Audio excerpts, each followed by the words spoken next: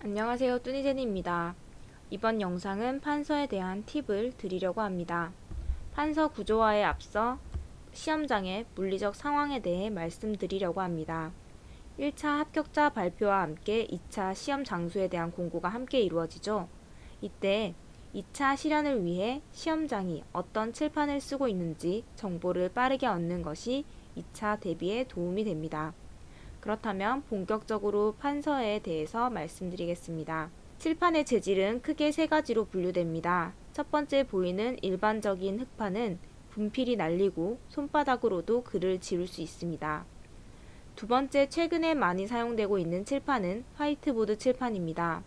보드마카로 판서를 하면 되고 앞서 말씀드린 칠판에 비해서는 많이 미끄러운 것이 특징입니다. 세 번째는 흑판처럼 생긴 물칠판입니다.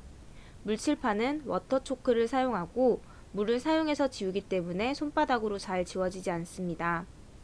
물칠판의 경우에는 분필의 종류도 나뉘어집니다. 일반 분필과 비슷한 워터초크가 있고 펜 형식인 물백묵이 있습니다. 두 번째 물리적 환경은 칠판의 모양입니다. 칠판의 모양은 일반적으로 저희 학교 화이트보드처럼 통으로 된 일체형입니다. 그런데 조금 다른 경우가 있습니다. 분리형 칠판인데요. 2등분 되어 있는 이 칠판의 경우에는 친구네 학교의 칠판이고요. 제가 2차 수업 실현을 연습할 때 사용했던 공간이기도 합니다. 이렇게 칠판 가운데에 매체가 매립되어 있기 때문에 여닫는 형식으로 되어 있습니다. 이런 칠판을 처음 써봐서 어떻게 판서를 해야 할지 조금 당황스러웠는데요. 제가 시험 봤던 고사장은 아예 3등분이 되어 있는 미닫이 칠판이었습니다. 그래서 오히려 친구네 교실에서 연습하면서 이렇게 생긴 칠판도 있구나 싶었던 것이 도움이 됐었습니다. 그래서 시험장이 어떤 칠판의 모습을 하고 있는지 알고 계신다면 조금 더 편하게 수업 실현을 치를 수 있을 거라 생각합니다. 본격적으로 판서 구조화에 대해서 설명드리겠습니다. 판서할 때 구성하는 방법은 흔히 3등분하여 사용하는 것이 기본입니다. 칠판 가운데에는 단원명을 쓰게 되고 1영역은 학습 목표, 2영역은 핵심 내용, 3영역은 기타의 방법으로 사용하게 됩니다. 1영역을 살펴보면 학습 목표와 배움 목표를 쓰게 되는데 이때 문장을 전체 다 쓸 것인지 핵심 단어만 쓸 것인지 생각해 두어야 합니다.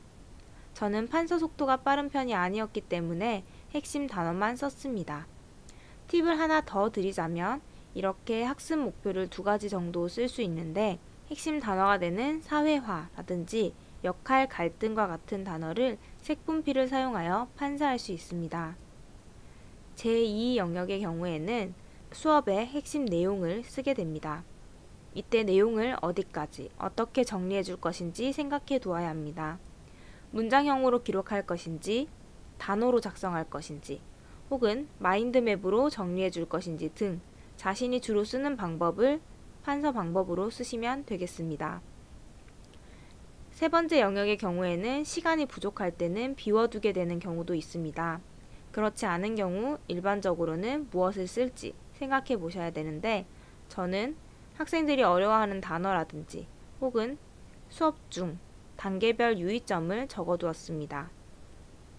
다른 판서 방법 중 하나는 2영역과 3영역을 묶어서 활동별, 단계별로 판서하는 방법입니다.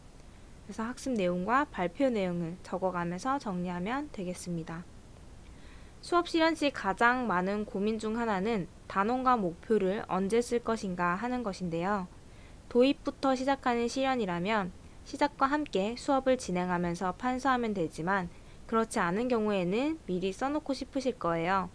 하지만 이는 지역과 감독관에 따라서 달라집니다. 제가 첫 번째 응시했던 지역은 들어가서 인사하고 먼저 쓰고 시작해도 되겠냐는 물음에 괜찮다고 하셨지만 작년의 경우에는 판서를 시작하는 동시에 스탑워치가 시작된다 라고 말씀해 주셔서 조금 당황했습니다.